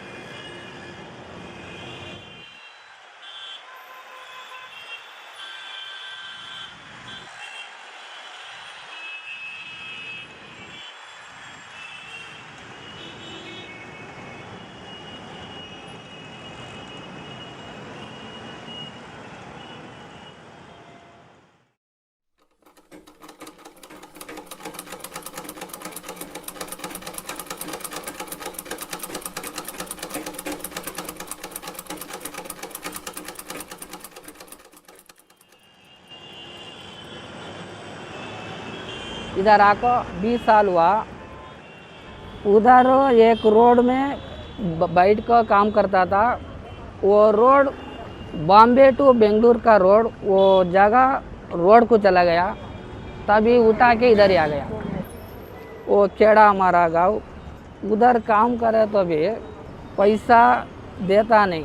खेत में आता ना, उधर काम किया तो नारियल देता, नारियल और चावल देता, राइस देता। उधर पैसे आता नहीं, पैसा कम। इधर नारियल चेरल कोई क्या आता नहीं, खाली पैसा आता।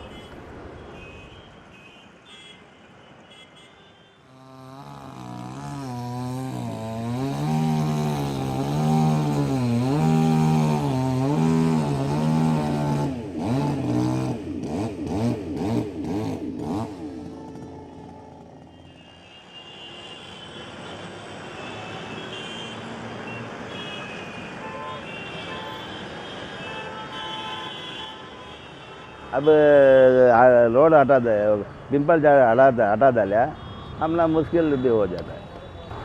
ट्रैफिक कभी ज़्यादा होता है, मशीन रखने को होता नहीं ना बाद में, सब फोड़ को सभी फोड़ डालता है ना।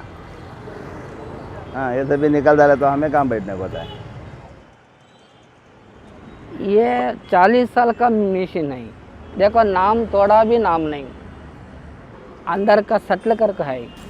ये नीचे अंदर है, वो 1 साल का, 6 महीना का, 3 महीना का टाइम को रिपेयरिंग को आता।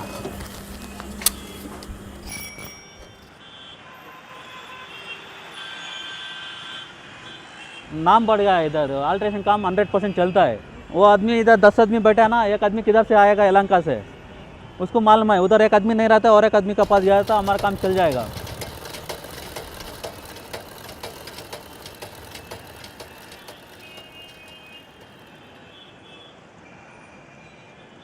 लेडीज़ का टेलर इधर बैठ के काम करने का डर लगता, बैठता नहीं।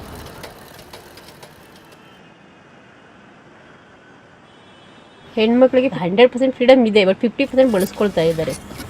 ರಿಪೇರ್ ಕೆಲಸದಲ್ಲಿ ಬೆರಳೆಣಿಕೆ, ಯಾರು ಸಹ ಇವಾಗ ನೀವು ಹೇಳ್ದಂಗೆ ಮಿಷನ್ ಸ್ಟಿಚಿಂಗ್ ಇಟ್ಕೊಂಡಿರೋದು ಮನೆಯಲ್ಲಿ, ಯಾಕಂದರೆ ಮಿಷನ್ ಮನೇಲಿ ಇಟ್ಕೊಳ್ಳೋಕೆ ಚಾನ್ಸಸ್ ಇರೋದ್ರಿಂದ ಅವ್ರು ಮನೇಲಿ ಇಟ್ಕೊಂಡು ಹೊಲಿತಾರೆ.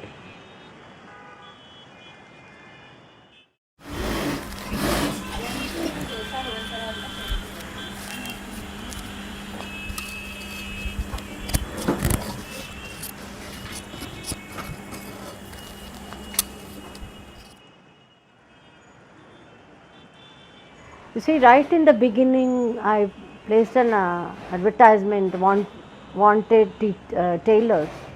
So I landed up getting women tailors only. And the women who work here, they like to work only with other women. They seem to be thriving and inspire each other.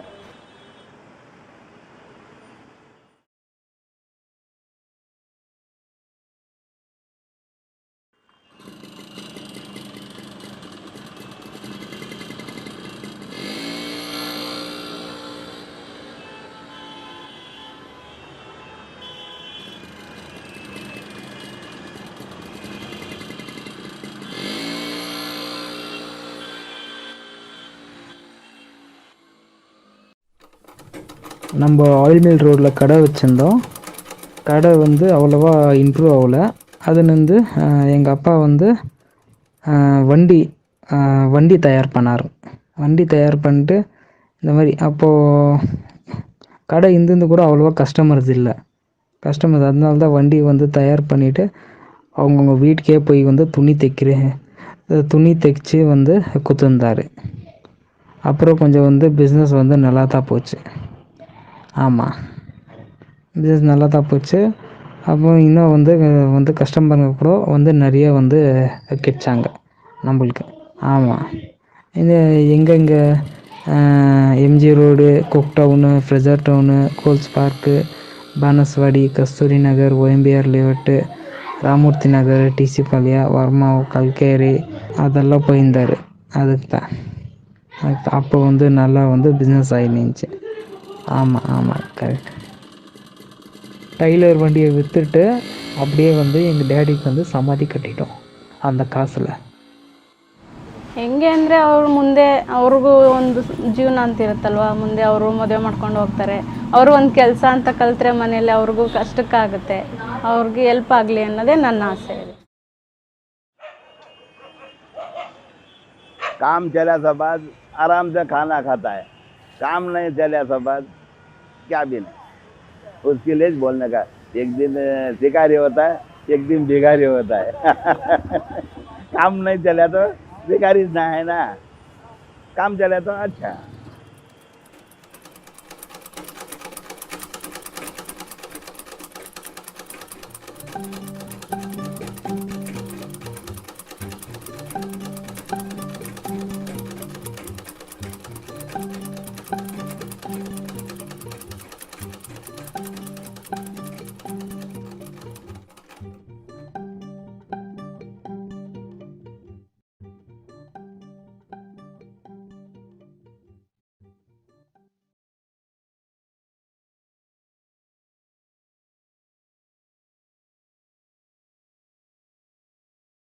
So we go now from one film about adaptation to another. In Taylormade City, we saw tailors having to adapt to the changes in their environment caused by urban development, perhaps by planning or the lack thereof, and they had to figure out how to adapt their livelihoods to make way in this difficult space. In our next film, we have a very beautiful rendition of the impact of both a natural and a man-made disaster that has caused terrible displacement and the need for people to adapt once again in rapid fashion. And this is caused by the COVID pandemic. In this film, we see through one individual voice a very beautiful visual rendition of the haunting and isolated feeling that has been caused by the very painful lockdown and displacement in India.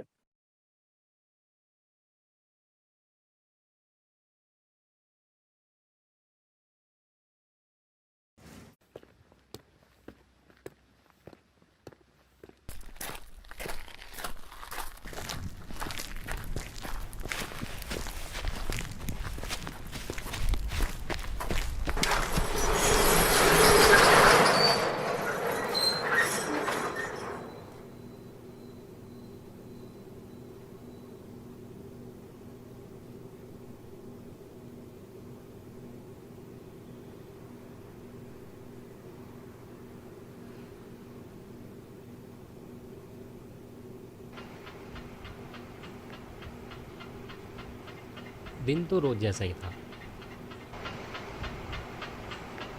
Shift के time पर factory आए, एक आध घंटे काम चला, फिर manager आए, बताया कि फैक्ट्री बंद हो रही है कल से। तो पता चला सभी जगह ऐसा ही था। अब हम लोग क्या बोलते हैं, कोई कुछ नहीं बोला पूरे दिन।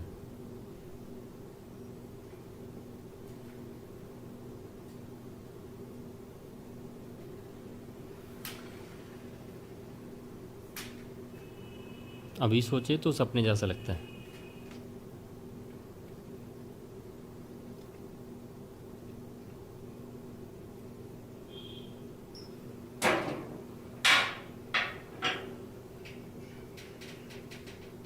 कितनी रात तो सो ही नहीं पाए, ये सोच के कि कब वापस जाने को मिलेगा। 2-3 महीने बाद शायद, या 4।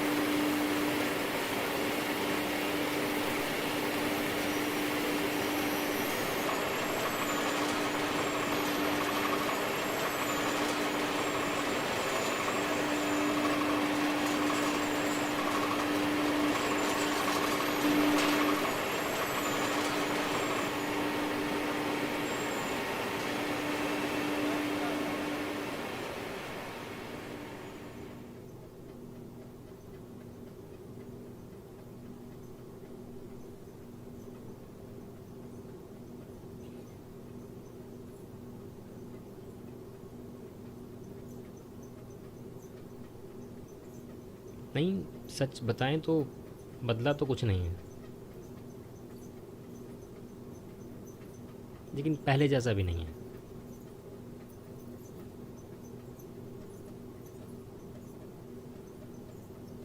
दो 2007 जैसा लगता है एकदम,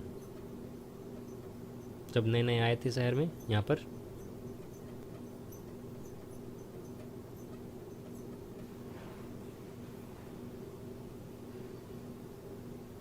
पहले साल थे पानीपत शहर में,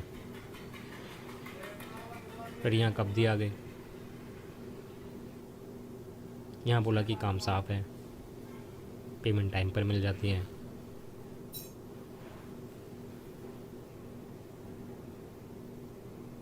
आसपास के गांव से ही हैं सब, ऊपर कमरा बांध के दिया हुआ है, सब साथ ही रहते हैं। घर की याद तो आती है सबको, किसी का मन नहीं करता घर से इतनी दूर जाने का, पर वहाँ रह भी तो नहीं सकते। परिवार हैं, बच्चे हैं, उनके लिए सब करना पड़ता है। फिर 3 महीने बाद वापस आए। सब लोग तो नहीं आए, लेकिन आपने तो देखा ही होगा टीवी पे,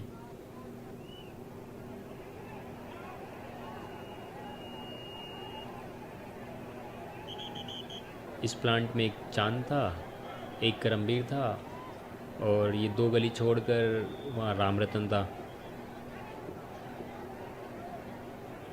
याद तो आती है कभी कभी, पर कुछ कर नहीं सकते।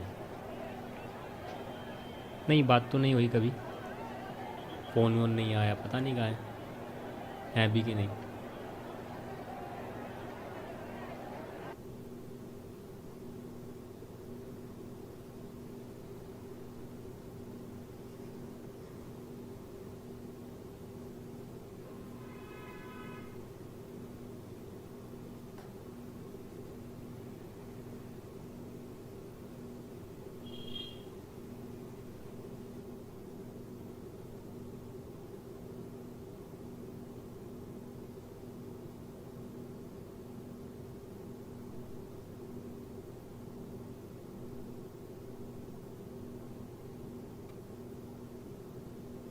मैं आपसे सच बोलूँ तो मैं डर से कभी किया भी नहीं।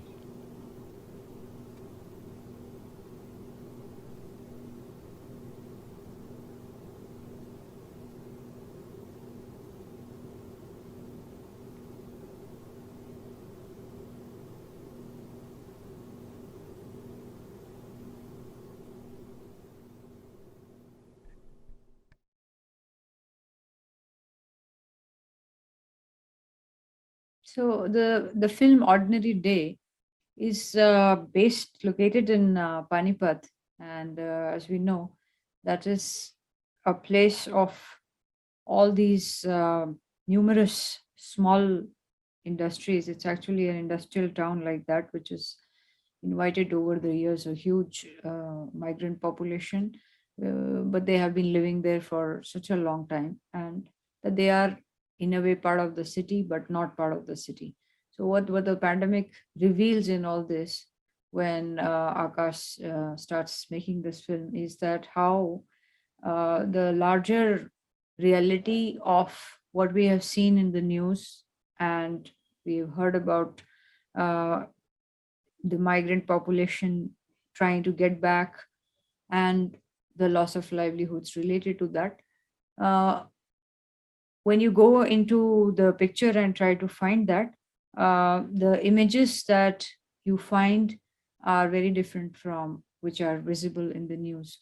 So, people and livelihoods during the time of the pandemic um, are largely the invisible reality underneath whatever is visible in the news, is something that the film is able to bring out. Why we need a film to do that is also realized in the process of making it, because when you watch it, you will also see that it is a very kind of grim reality that it brings to us. The note at which it ends is also nothing promising in future, apart from the permanent loss of livelihood, which looks like it's also a kind of no change situation, where we see that how the whole city, in fact, is pushed out of the view, and people working in the factories are provided space to live right upstairs, and they hardly move out. And that's where Akash arrived at this idea that he doesn't want to shoot the city, because he was also very affected by what the people were speaking, and that they don't move out, so why should the film move out? And so keeping it indoors, and how it also somehow starts talking to our own reality of the experience of the pandemic.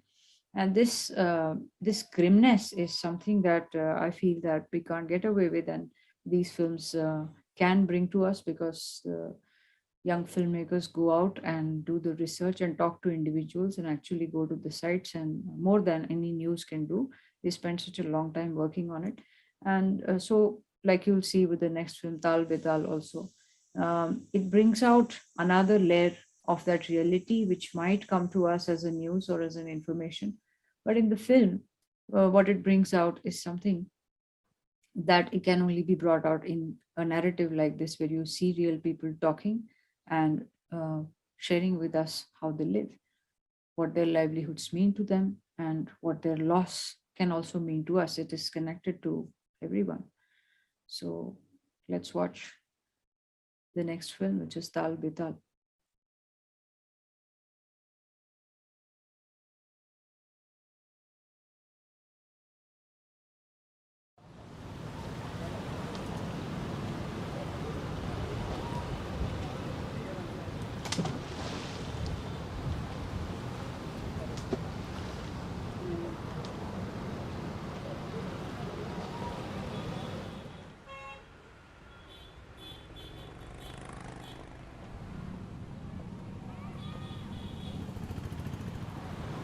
मेरा नाम छोटेलाल सिंगरा है और मछुआ सहकारी समिति का मैं सचिव हूँ।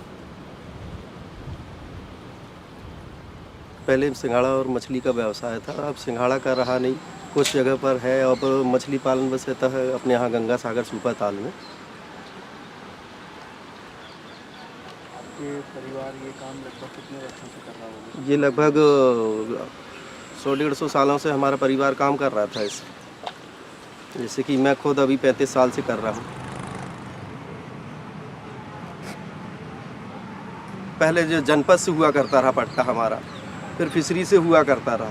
अब वो सब पट्टे जो है सब पूरे तालाबों को जो है नगर निगम ने अपने हैंड ओवर किया हुआ है, तो उनके हिसाब से ही हमें इस वर्ष पट्टा मिला है।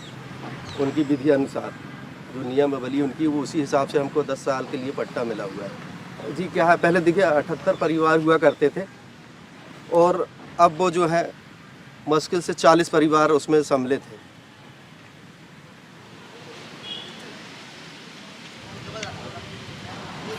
पहले दो काम होते थे, एक संगाड़ा होता था, वो कम से कम हम लोग के 2 महीने 3 महीने का कवर कर देती थी।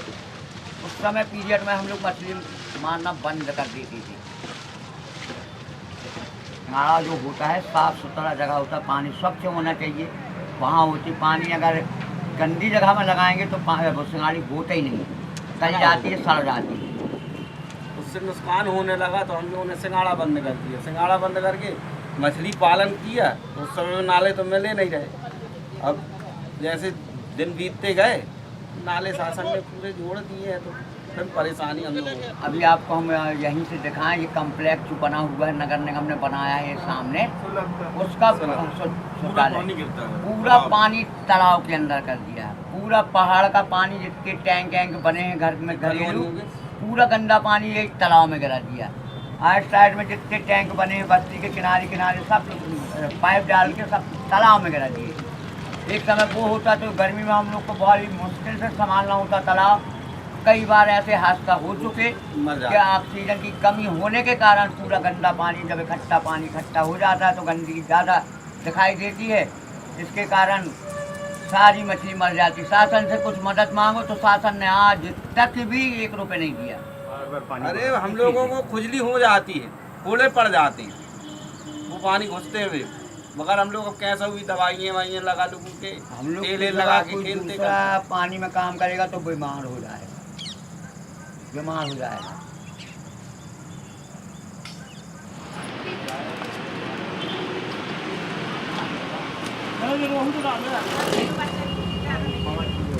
ज़्यादा भी 5 किलो में दाम दो, 5 किलो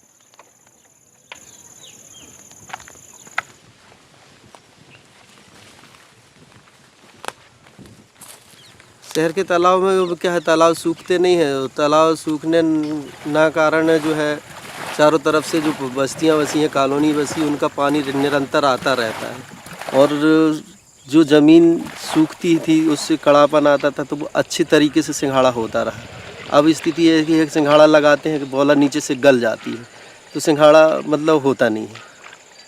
इसीलिए हमें दूर दराज जाके करना पड़ता है। अब हमें दूर ही यहाँ पर आए हैं, उगे हैं 35 किलोमीटर 40 किलोमीटर दूर आके हमें धंधा करना पड़ रहा है। तो इस वजह से अब हम लोग को मजबूरी है कि बाहर जाके हमें व्यवसाय करना पड़ता है, क्योंकि हमें और कोई बिजनेस आता नहीं है।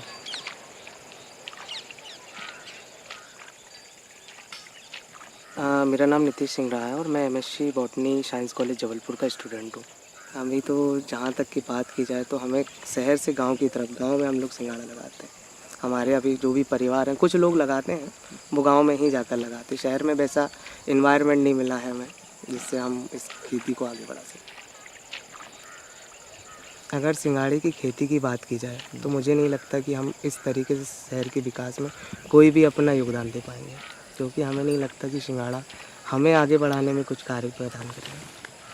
सिंघाड़े की खेती में कुछ भी नहीं बचा है जिससे मैं अपना परिवार या अपने परिवार का पालन कर सकूं। मुझे या तो मजदूरी करना पसंद है, पर सिंघाड़े की खेती करना बिल्कुल भी ना पसंद है।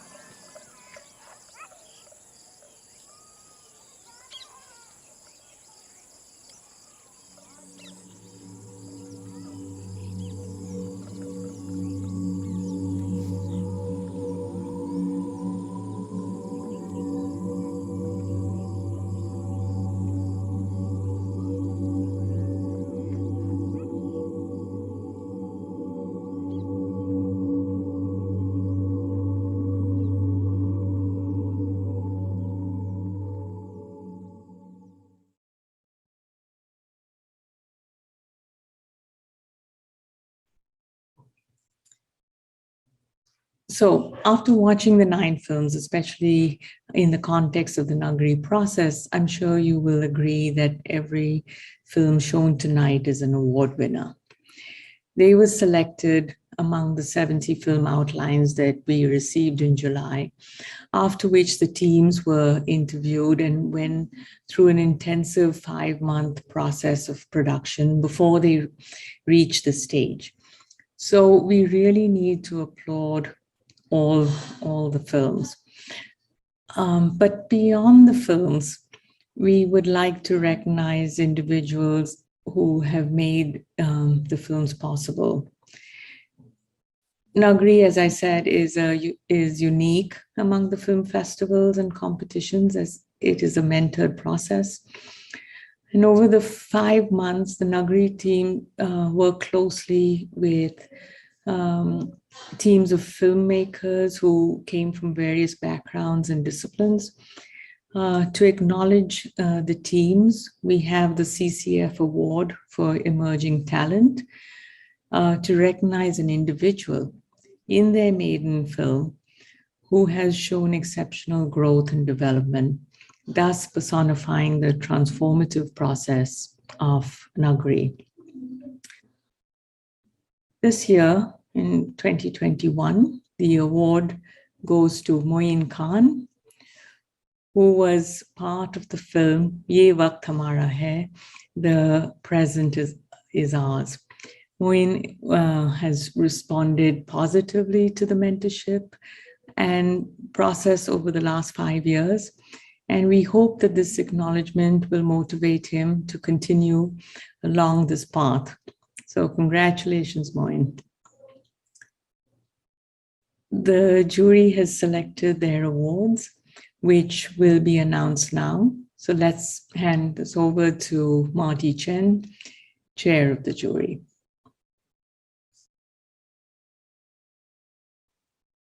Thanks so much, Nandita. The topic of this year's Nagari short film competition, People and Livelihoods in Urban India, is a topic that is central to my work and dear to my heart. So when I was asked by Nandita and the Nagari team to serve on the jury for this year's competition, I readily agreed. There were 5 of us on the jury: an art critic and poet, a lawyer and judge, 2 filmmakers, and an activist academic. All of the films in the competition were powerful, telling the story of the barriers faced by the working poor in trying to earn a living in urban India. Barriers that range from social discrimination and prejudice to the lack of urban services, urban sanitation, urban governance, to corporate collusion with government, to climate change, and to the COVID pandemic recession. The films featured a range of urban occupations: food vending, fast food delivery, liquor making, fishing, water chestnut harvesting, tailoring, construction day labor, and migrant workers in a yarn recycling facility, a stone quarry, and on floating casinos. One film also featured the aspirations of two children of the working poor. A young woman wanted to study for a PhD, and a young man wanted to perform as a break dancer. The jury jointly viewed the 9 films and discussed them at length from our various perspectives, and then voted on the films. It was a difficult task to rank the films because each was strong in different ways. My fellow jurists will introduce the films that were selected for commendation as runner-ups, and of course, the winner.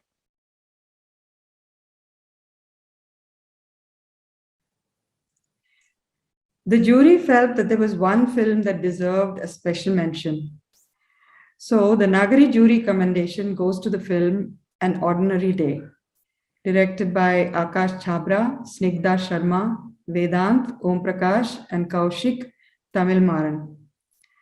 An Ordinary Day is acknowledged for presenting a deeply personal and moving take on the livelihood crisis brought about by the COVID-19 pandemic. The aesthetic of the film, which is very quiet, we see the main character mainly in the workplace. There are images of the recycling unit, the facility, and underlying that is this very emotional, very personal, almost first-person narrative. While there was a single voice and a single story, the film spoke for so many more people across cities in India who face this crashing devastation in livelihood, migration, and economic chaos.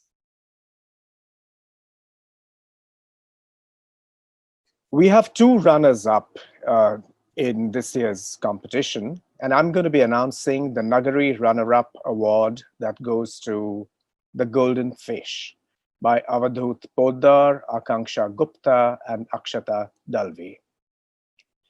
And as a jury, really, we came to the decision that The Golden Fish is a commendable testament to livelihood as it takes the form of a disruption in an urbanscape.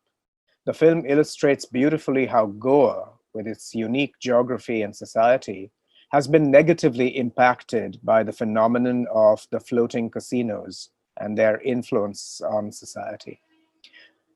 The film provides insights into the life of the young Northeastern women who work in the casinos. The handling is sensitive, and we really find ourselves asking the question of what comprises the local today.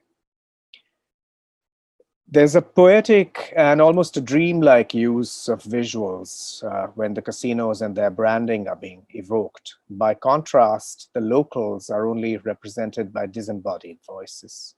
This actually reflects the way in which the casino industry has taken up space that once belonged to the city, to the place. And the women who work on the casino boats are objectified and exploited. The locals are ignored. And without it being shown, the film really reveals for us the workings of a kleptocracy, which has perpetuated these forms of exploitation and alienation. The boats themselves are operated by people who come from elsewhere. The consumers are alien to Goa. There's a great disconnect, a lack of bridging. But the takeaway for us as an audience is that we can actually, through advocacy and policy, resist such misuse of public space and such a form of exploitation. So the film really succeeds in helping to raise public awareness. And now my colleague Gautam Patel will announce the second runner-up. The Nagri runner-up award goes to Darudi by Atish Indrekar and Ruchika Chara. Darudi is commendable as it does the hard work of giving voice to a community stigmatized as a criminal tribe by the colonial administration, a burden they carry until today, and of the opposing views around the hidden world of distilling alcohol in Charranagar in the city of Ahmedabad. It is an uncomfortable story. In the best tradition of documentary filmmaking, that forces viewers to confront a historic injustice, an inheritance from colonial times that still continues to circumscribe and constrain. The narrative, largely through song, is intricately crafted and interwoven with interviews to convey a sense of anguish and disempowerment. Darudi provides an intimate experience of how people born into and living in this state of injustice must grapple with the quandary of doing right or wrong while pursuing the right to a livelihood that takes care of one's family and children.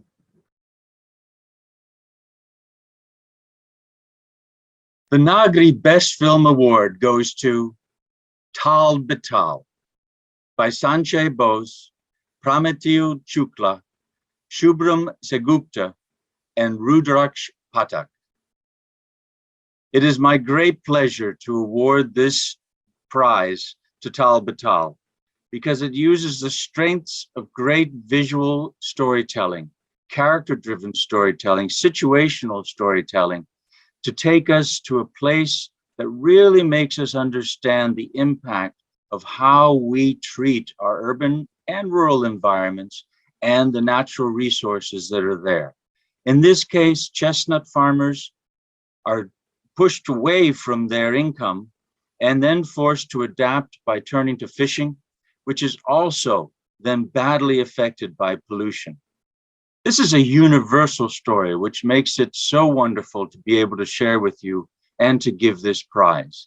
It's universal because it takes us to one place, some singular characters and situations, but we can all look at it and understand how in our own communities, we must likely have similar situations that we could take responsibility for, both as a community, in terms of urban planners, and as individuals. And I hope this film inspires us to do just that.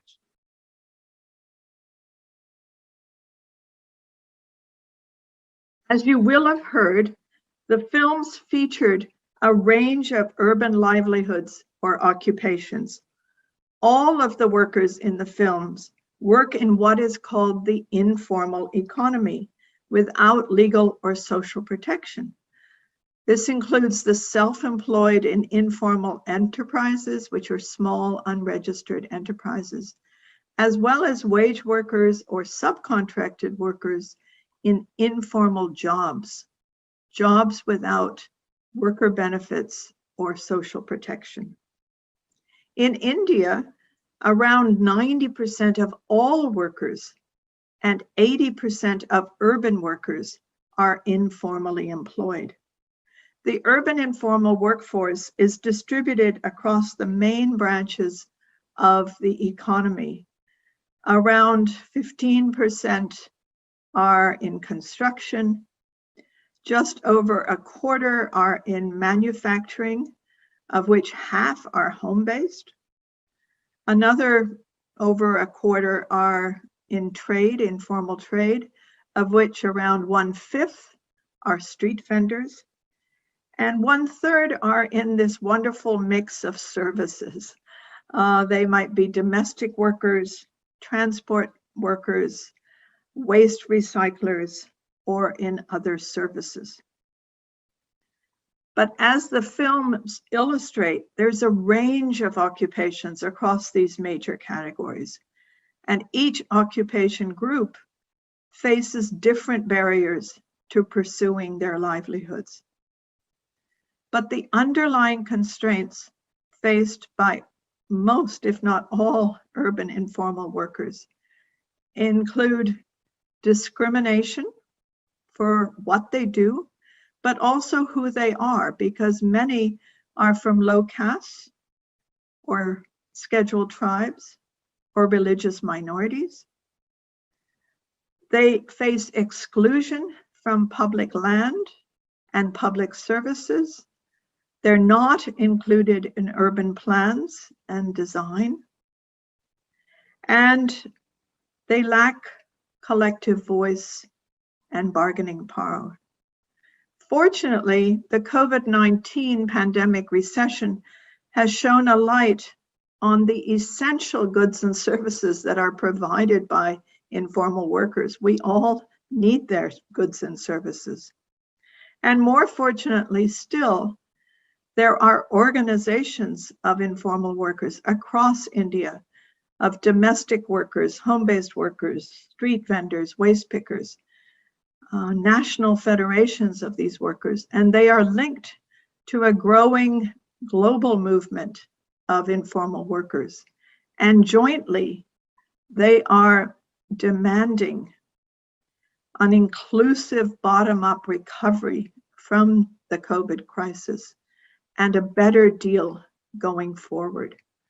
So it is our hope that these films will serve to increase the visibility and the voice of the working poor in the informal economy of India. Thank you so much.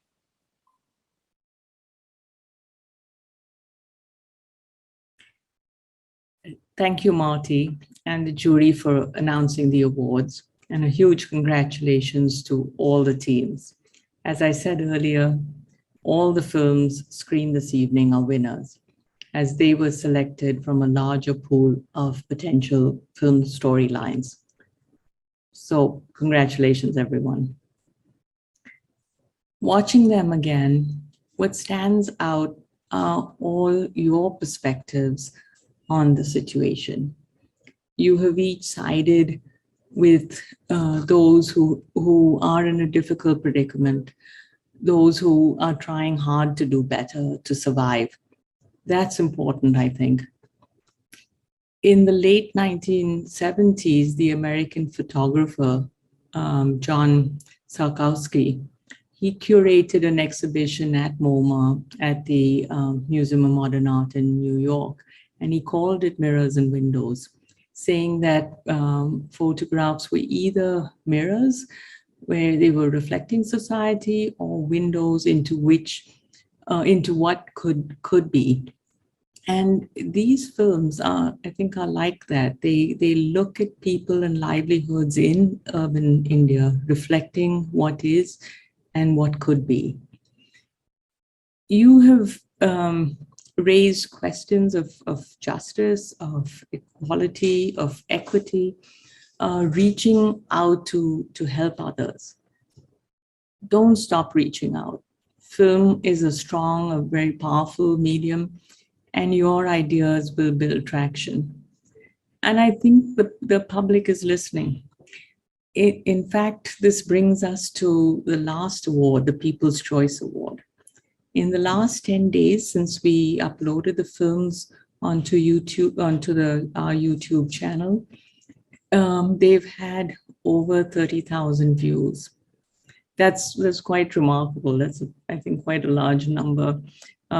We also asked people to vote on their favorites by clicking the like button. And at 12 noon yesterday, Sunday, there were two films that had over 900 votes each. Two films that were neck to neck. They were just at noon, there were just 20 votes that were separating them. It was that close. Koi Karan, the film about the quarry workers in Navi Mumbai, had 937 votes. And Partnership Below Par, the film about Zomato delivery men, had 957 votes. So the Nagri People's Choice Award goes to Partnership Below Par. So congratulations to Aman Jajoria and to Simran Raswant. So congratulations. That's a huge number of votes.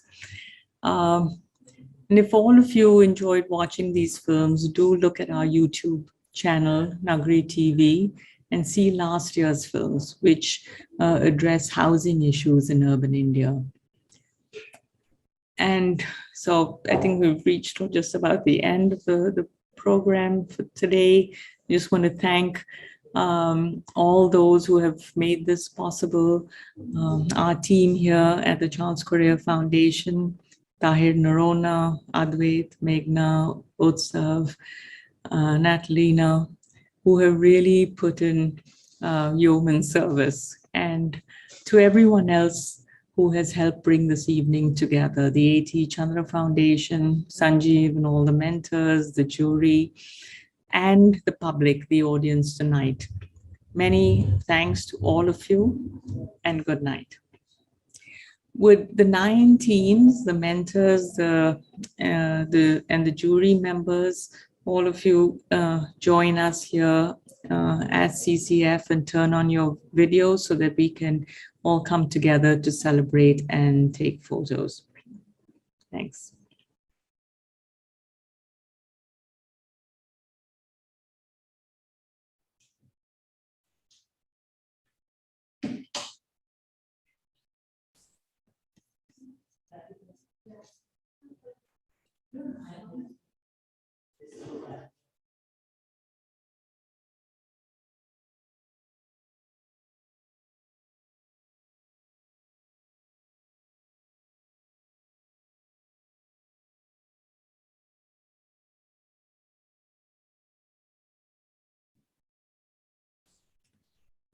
Okay.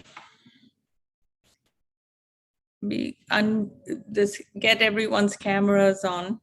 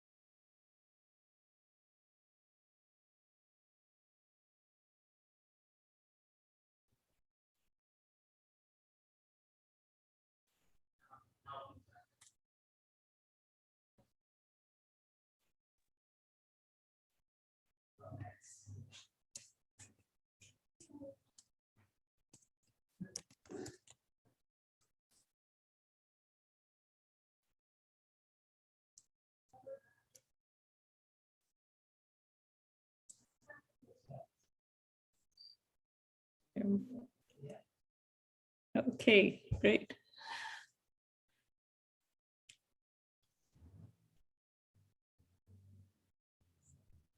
A huge cast.